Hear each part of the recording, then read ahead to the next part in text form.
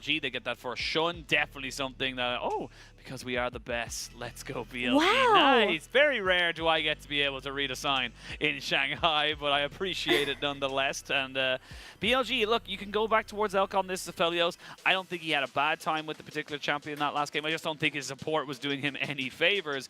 Maybe even going towards the Aphelios over Jinx is a strange one for me because, again, we saw the Jinx having now a 19-10 in the 29 different games they've played against each other so far this split. And Nocturne already kind of coming in. The solo laner still getting locked and loaded here for EDG.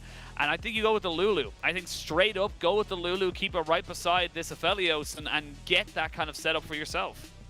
It might be something like the Syndra where it does do traditionally comfortably into the lane up against Nico, and it does get yourself a bit of that early game priority. No, it's going to be a default back to Annie where you have that kind of reliable engage for the side of BLG in this final game, but I really want to see BLG saving that counter spot for On in this final game, as he has just the best answers to Meiko's champion pool depending on what he decides to do in this final game, because EDG, I mean, they're dropping it to 4 and 5 for the bottom lane, and BLG, they're more than happy to start banning out all those champions, and the Jinx is going to be the first one. Yeah, Jinx, Lucian probably going to be the ones they get rid of in this. They know the solo lanes, they know where it's all going. I imagine EDG ban away the Gnar and possibly the Sion as well. Or maybe they want the Sion here into the top lane for Ala to kind of, you know, take Bin out on top of, or maybe the Gragas. There's plenty of tanks that they can kind of ban away, but definitely the Gnar is something I would imagine EDG will want to take off the board. They're actually going to go with the Lulu themselves, so kind of saying, look, we're not going to take it. So that means that the Lulu is not going to be available in this next particular one, but maybe a Lulu Rakan ban coming out here now for EDG.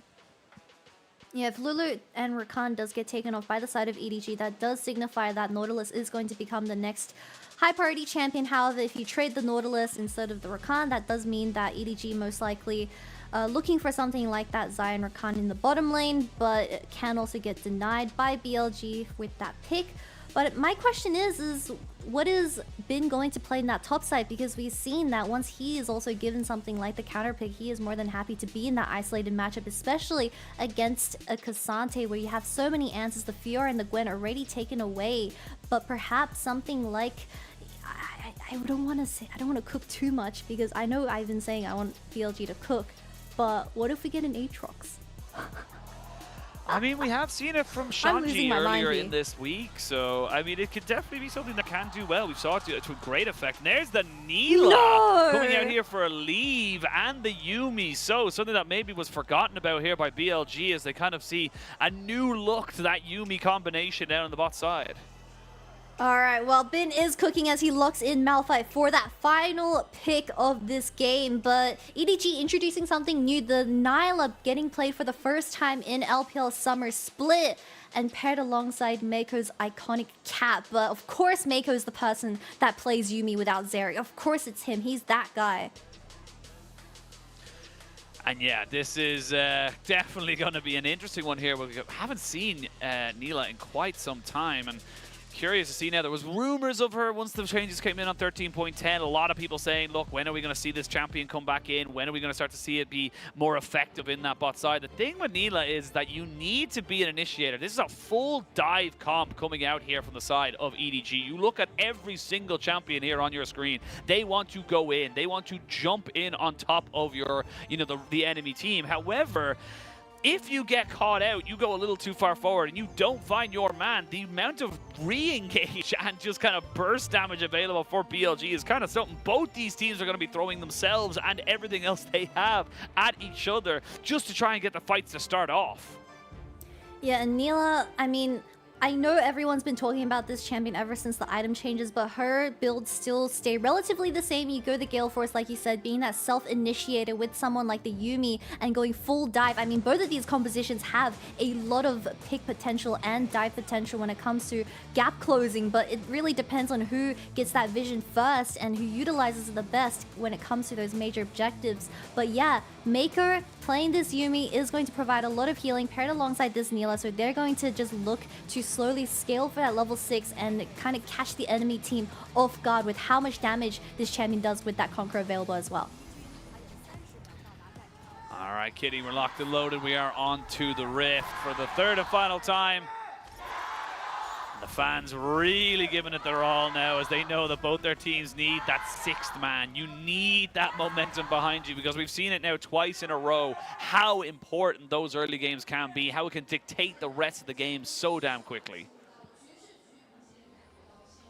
Yeah, and I do really enjoy this Nocturne getting locked in for the side of EDG. That does signify that they are looking for the side lane picks, where we saw a lot of kind of worrying issues or glaring issues coming out of at least the support and the jungler of BLG from that game too. So hopefully with a brand new game, they do clean that aspect up just a little bit to deny EDG from getting that early edge. But Leave this time around on something like the Neela, it doesn't have as much hyper carry potential compared to a champion like the Jinx, which was taken away by BLG. So EDG, they need to make up for that lack of DPS in the likes of FoFo. Of course, the experience lead's going to be a little bit funky with Neela in the team. And get that extra little bit of XP share between the AD carry and support. But Leap already taking a fair chunk. It immediately has to cleanse the Ignite. So I don't know if you want this right now. One more auto attack there from the side of Elk, and he definitely would have felt a little bit more comfortable.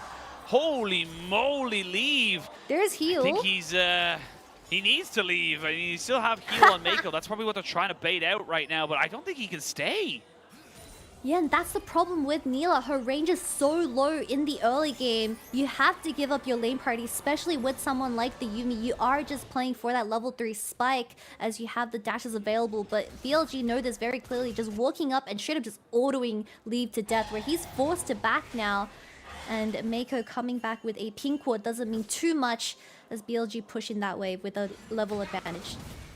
I mean, this is going to crash like 100%, so that's huge in this early game. That could be the difference between getting yourself a level 6 or so before and Rift Herald at 8 minutes and stuff. So, and already a plate taken at 3 minutes is kind of nuts. As we see, the last time we saw this actually was in 2022, LNG versus BLG. It was actually BLG who played it when they had Doggo on the roster in 2022 summer. 294 days, nearly a full year since we've seen this champion. And I mean, like you said, the range is so short. We can see why. It just feels like you have to put yourself in harm's way.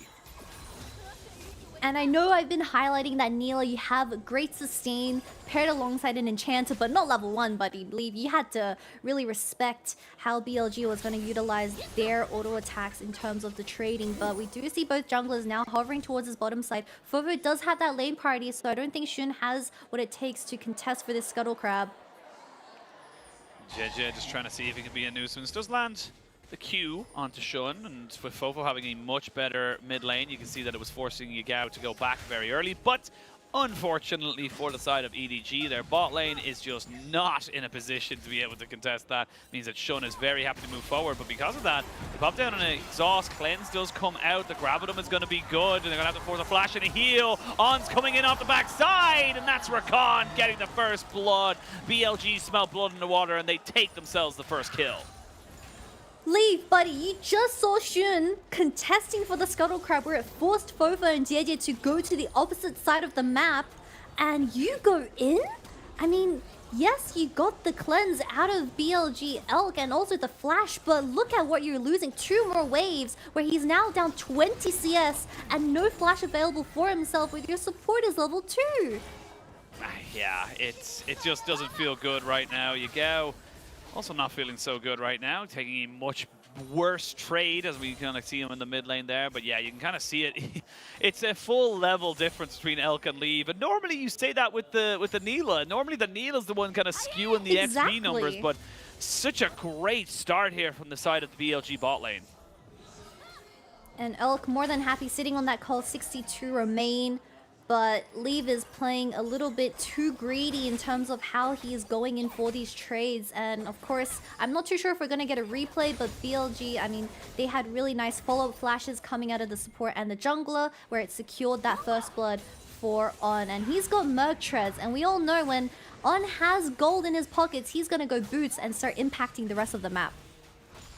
Yeah, and I like that he's doing this now as well. He kind of recognizes, look, bot lane's under no threat. I can go and help my mid laner get a reset, kind of make sure that wave, at least at the very minimum, kind of, gets pushed out just a little bit. We will see that mid lane getting more and more in favor of FoFo as he does have that level 6 now, so pop blossoms to be done.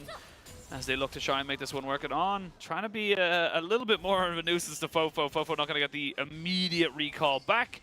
It's going to force out only just 1 minion to be lost, or maybe even 2. So they tried their best, but BLG, they're not able to try to stop this this little bit of a diffy in the mid lane.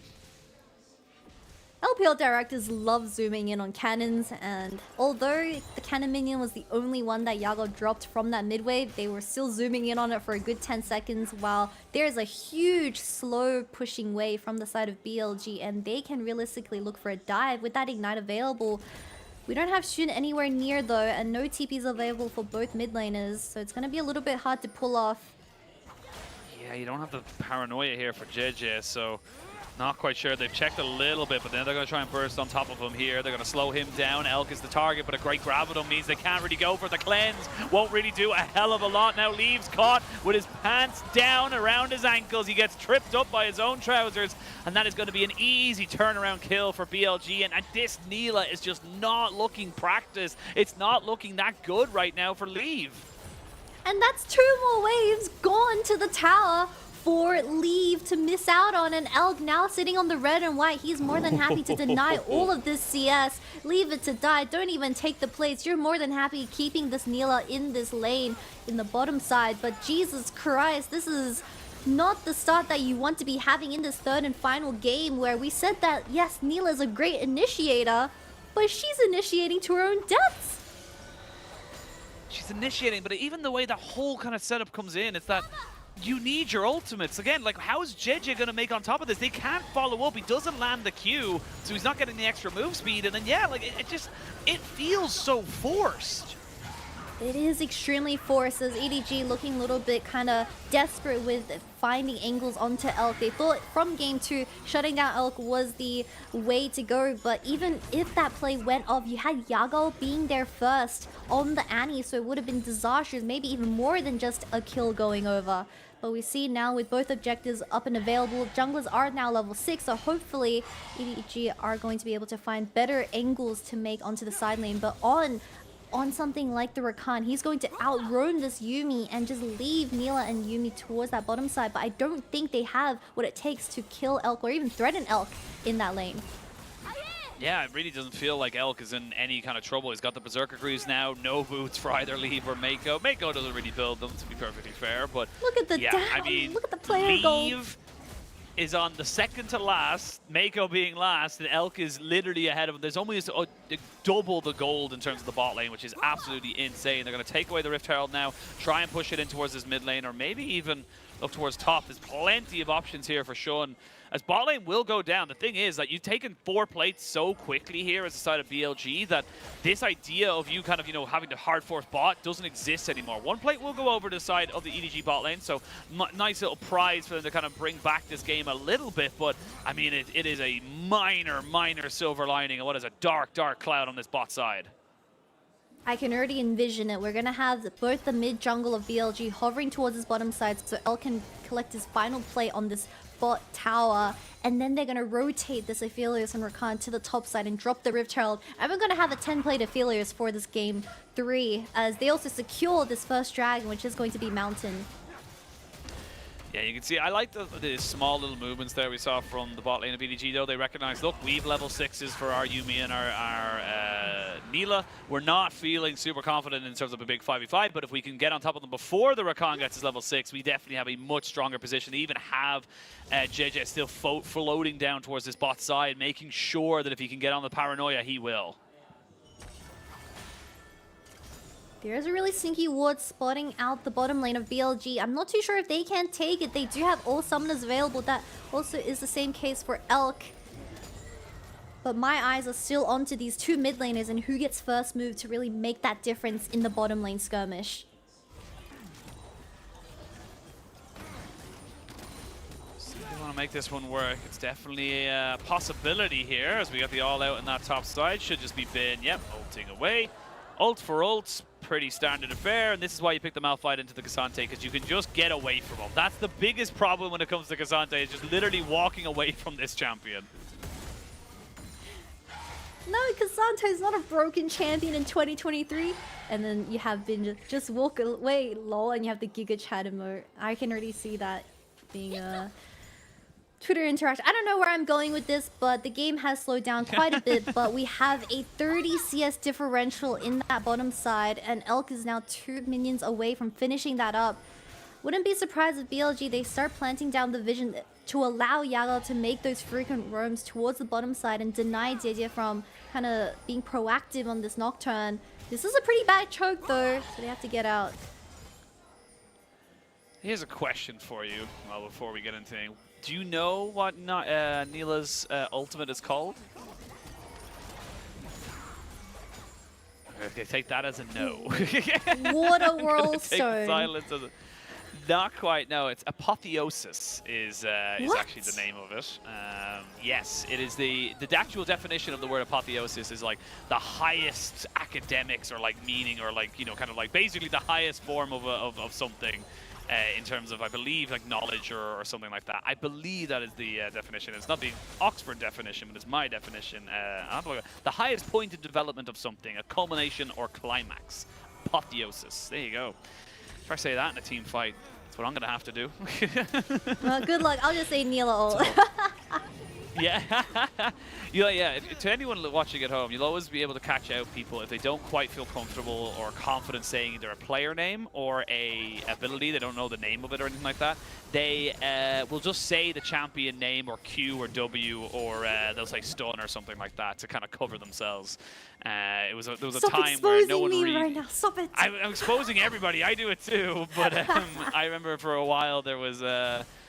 it was like Lifeform Disintegration Ray was one that for Vel'Koz, and no one really could remember how to say it properly. As I say that, we're going to see them kind of jumping in right on top of FoFo. No, you got duped. That wasn't the clone. The clone was the one getting away, and they committed, get themselves the kill, get themselves the Reptile in the bot side, and all the gold goes over to BLG. I really thought FoFo got out, but no. I thought Yagao for some reason missed his flash W onto this Meiko, but that is going to be the Rift Herald being planted in the mid lane, securing some plates into this Annie's hand. But I need to start paying attention more because Meiko, not only is it pranking the enemy team, it is also pranking me as a caster, and I need to stop doing that. I mean, great moves here from BLG. Great to see them kind of pushing forward, getting themselves a much-needed advantage. And we talked about it, how important these early games have been between both these teams and both these sides. Plate will go to the wayside without any picking one up. That's very unfortunate there for the side of BLG. 175 gold gone with nobody able to pick it up. But, I mean, it's a 3,500 gold lead. It's BLG with a dragon, another dragon in a minute's time. And yes, you did just use the flash off of Yagao, but I don't think you're too upset about that, to be perfectly honest. I think you're quite happy with the way that the game is going because been staying, relevant at the top side. Bot lane has gone exceptional, 40 CS difference, and yes, it is basically being answered in the bot lane, or in the mid lane, I should say, but it doesn't matter because Yagao is a facilitator. Yeah, and with how much of a gold deficit Leave is sitting on, your eyes are going to slowly move towards how FoFo is going to approach these team fights, working towards that proto belt as well. He has to make up for the lack of damage as Leave. I mean, he's a little bit caught out of position, I think. Has to back off here, but just surprisingly, the bottom tier 1 tower hasn't died. No, it has not. Not quite yet. It will wait till the tower to go down. Leave getting jumped on a little bit here by the Wukong, but a double TP going to be brought in here by the side of BLG. They brought everybody here. Pop Blossom lands onto everybody. That is a 4-man ultimate, but nobody's gone down just yet. El's taking a lot of healing as Ala wants to try and burn him out. They're going to jump straight back in on top of the Cassante, who should be able to get away from this. How are they gaining all these damage out? The Cassante stays alive despite everyone's best efforts. And now Bin caught between himself and a hard place, and he will go down. 4 kills over to EDG. They are not done with this series. FoFo did it! FoFo TP'd in and got a 3-man ultimate onto BLG as EDG, they had so many engaged tools. Elk just couldn't escape even with the flash and the Gale Force in his hands, but that is going to be a huge gold shift for the side of EDG as we see how this fight kind of initiated as the lights were turned off. So Bin wasn't able to TP at this exact moment, so he had to wait for the entire time. And then we have FoFo landing a really nice ultimate onto the carries while Bin TPing very late. I mean, just Ala on this Cassante was also a very big nuisance for the backside of BLG to handle, and fighting in this choke, Meiko was insane. Absolutely massive engage there from FoFo, and great follow-up from Ola just to have the confidence. He didn't even lose his flash in that as well, just showing you how confident he was. He could go as aggressive as possible, get onto this Aphelios, take him out, and get himself the kills. The Dragon goes over in favor of EDG. They get themselves back into this game in terms of the goal. They're not quite equal just yet, but that helps a hell of a lot.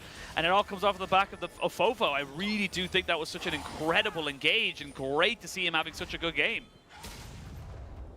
Yeah, exactly. I think his previous game during that Ari and Vi synergy that we saw from game 2 was also kind of where it all started. As FoFo, he has great initiative coming into this series and really getting his eyes set onto Elk on this Aphelios. Even though Leave, he was the second least gold in that early game. Picking up the Gale Force now and no flash available for Elk for this upcoming skirmish. It's going to be really hard for BLG to find any angle as EDG has so much gap closing. Yeah, Leave still has the flash. Actually, a lot was used there from the side of BLG. You can see no flash there onto Bin, Shun, Elk, On. On might have his up in a couple of seconds, so definitely something he can maybe look towards, but no real objective to be fighting over for at least another 3 minutes or so, and that's when the Baron will spawn. But if Herald was secured, has been going to walk in, and unfortunately realize that his tower is already dead. So more and more gold being put back into EDG as On doesn't get caught out there by the Nico clone. And I almost got caught out by the Nico clone there. I was like, I wonder why that didn't stop the recall. But Oisin, looks like Bin going to be able to equal out that bot side. You know, one of the most wholesome stories when it comes to League of Legends skins is that it still lives in my head rent-free. Doinby chose his World Championship skin for FPX to be Malphite because the only champion that Doinby's wife knows how to play. But I need to stop that! Yeah, you do need to stop that. The paranoia comes in, but Leave's already dead. They're trying to jump in on top of this Aphelios, but red and white, he is healing up. The Yuumi shall go down afterwards. That's FoFo as the Cassante, but Jiejie's already kind of used everything. He's already kind of wasted, or not even wasted, but just kind of used a lot of his ultimate. And now you can see the Pop Blossom come in. They're going to jump straight on the FoFo, who was isolated. Ala, are you fancying a 1v5 on the Cassante? I wouldn't bet against him, but now you've got the Rift Herald being dropped down. This is 18 minutes into the game. They may look to try and break open the base right now. Can they get a third tower at 18 minutes? It really does seem like so. As EDG, they get caught off guard with that flank coming out of On and Shun. As this is going to be a huge shift in macro, but I didn't expect FoFo to also die because On, I mean, it really did seem like the Rakan was going to get stuck in the Pop Blossom, but no, man was very slippery to say the least. Absolutely, and let's have a look at the replay here, because again, it's just really good work here from On and Shun to just get onto the backside. Yeah, and Leave did have that flash available, so I just didn't I think he didn't expect the amount of damage to come out of just a Wukong and Annie, but we have to take another look on how FoFo died. It was him dodging out on the initial Rakan W, but Bin following up with that ultimate as well. Just a numbers disadvantage for EDG to take with Ala arriving late. Oh, another TP coming in. That's going to be Yagao on the backside. Going to jump onto Bin just to stun him down. Drops the Timbers for the extra bit of damage. The paranoia to see if they could maybe get rid of some of that vision. But a double kill coming in for Shun on this Wukong. You just cannot give over a Wukong and Annie. It is too damn powerful. And Baron's not spawning for 30 seconds. And the funny thing is normally that would be an immediate turn to the big purple worm. But they can't do it right now. Bit of an awkward situation to be BLG, as you do have two people dead on the side of EDG, but killing Neela or catching Neela out of position also means that Meiko unfortunately has to also fall as a result. It's kind of like buying a combo meal. Getting the Neela, you also deserve this Yuumi kill, and no vision setup whatsoever. Free toy and Happy Meal. Yeah, for EDG to kind of walk into these major objectives whatsoever, as you have been pressuring that top side, most likely also going to get that tier 1 tower. 5 seconds till Dragon spawns. You do have the Neela and Yuumi back TP again, ward. but don't have any summoners. TP from the Malphite could be absolutely massive. He's going to reset just before anything else can really happen. They're going to clear out all this dark vision. Jiejie still off to the side. He hasn't committed to anything just yet. TP coming in from Bin. as he has finished up his Iceborne Gauntlet. We are going to see already On taking a lot of damage, and they're going to jump straight onto the Nocturne. Jiejie just cannot do it. They throw everything on top of Elk, but it does mean that they now have nothing to try and throw back at the rest of the team, because you've used everything to kill this Aphelios. But don't forget that Cassante is huge with a cat on his back. Will he have enough to keep himself alive? No, not quite. And a smack down from the rock onto the cat gives themselves the ace. That's going to be a 5-for-2 in favor of BLG.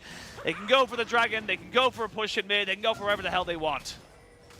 And Shun surprisingly did the most damage out of that team fight for the side of BLG, but we'll have another look at what just happened, because Jiejie closed the lights and his focus was on the AD carry of BLG. Elk trying to make distance with that Gale Force and Flash available, but unfortunately not having enough distance from FoFo. But every single ability committed to this Aphelios meant that they didn't have anything to kill this Wukong and Malphite, which was such a menace in this team fight. Ala desperately trying to do anything, but the Flash to kind of get that distance didn't mean too much, as it wasn't over the wall. And a very clean 3-for-5 trade.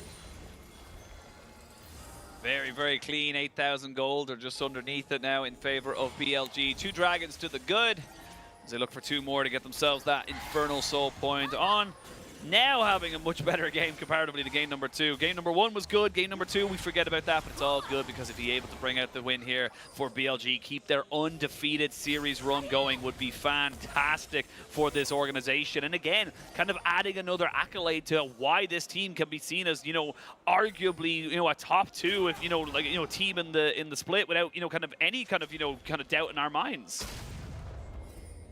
Yeah, and throughout spring, the only reason why, well, I wouldn't say the only reason, but a huge highlight of why EDG found so much success was because of Leave. But without that early lead that he so desperately needs, I mean, this Neela is not finding the angles that it's supposed to. And now Elk is sitting on that red and white, now threatening the Baron, as he also has a stopwatch in hand. No summoners, but does have a stopwatch. So EDG need to be very careful with how deep they go in with that engage. There's 3 Zhonya's, or at least Zhonya's effects available for BLG. 2 stopwatches on the Shun and Elk, and then Zhonya's themselves onto Yagao. As we can, here we go. They're going to look for a big fight, and they're going to be able to find it. The Pop Blossom is good, but it's not onto Elk. Try to throw on top of him, but he's already feared. They're going to go all out in here. It's a Rakan for an eco trade. The Cassante does his job and gets himself on top of the AD carry. The Neela has been taken out, but now do they have the damage afterwards? That is the question. Bin moves forward, and this rock is just clapping down on EDG. It is a 3-for-2 trade, so better for EDG, but still in favor of BLG.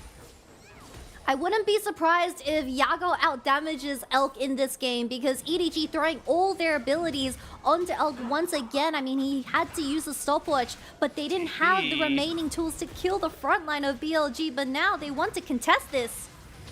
I mean, it's got to come down to Ala. Can he do much about this one here? It's not a fast Baron, so he knows he's got plenty of time. With the cat on his back, does he have enough to kind of go for this one? Yagao is potentially the target as Bin now moves forward. The Baron down to 2,000 HP. It's going to be secured, and they're going to be able to get it onto every single member of BLG. So BLG still get their objective. I like the idea from Ala to try and maybe make something work, but the combination's just not quite there.